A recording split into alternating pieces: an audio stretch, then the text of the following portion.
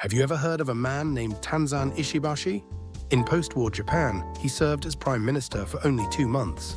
Yet, despite his short time in office, the words and actions he left behind continue to influence Japan even today.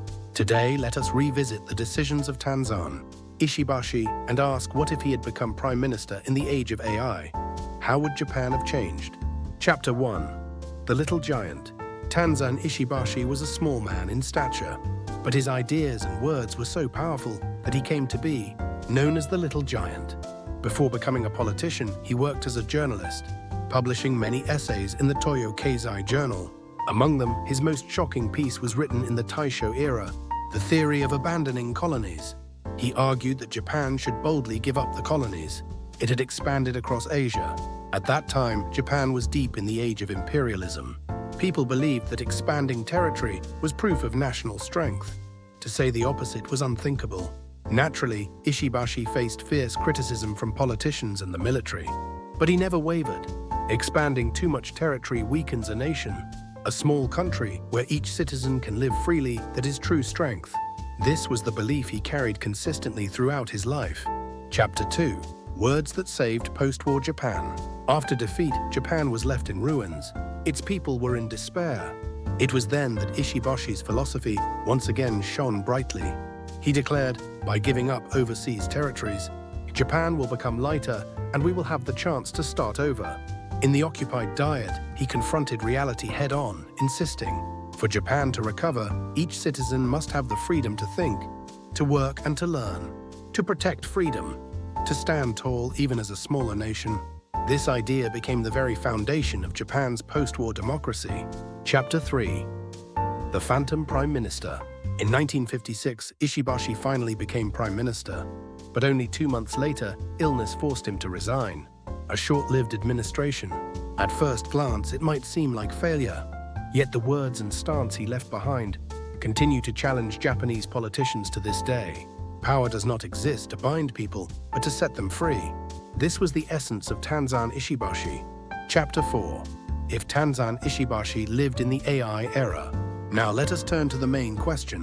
What if Tanzan Ishibashi had become prime minister in today's age of AI? Today, we enjoy many conveniences brought by AI. From searches to transportation, healthcare and education. AI is at work in every field, driving efficiency. But at the same time, AI could easily become a tool of surveillance.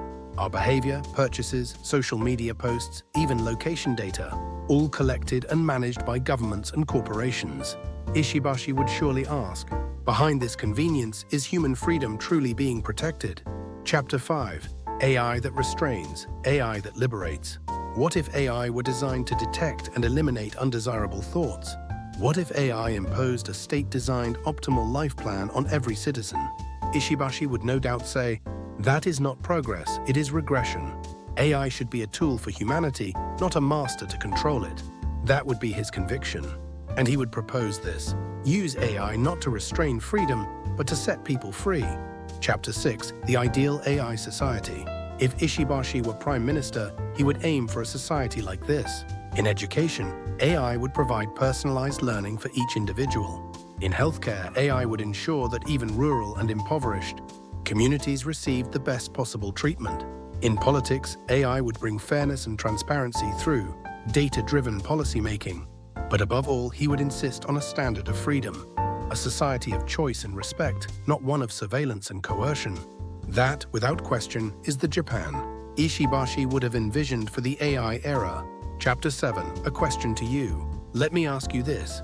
In the age of AI, which should we value more, convenience or freedom?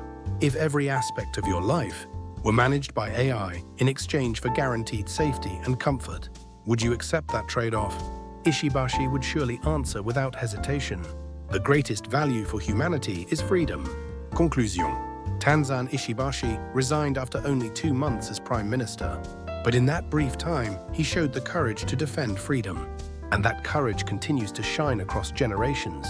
If he lived today, in the age of AI, he would surely tell us, do not fear AI, but do not be ruled by it. Use AI as a tool and protect human dignity. Those words would serve as a compass for Japan's future, and perhaps for the world as well.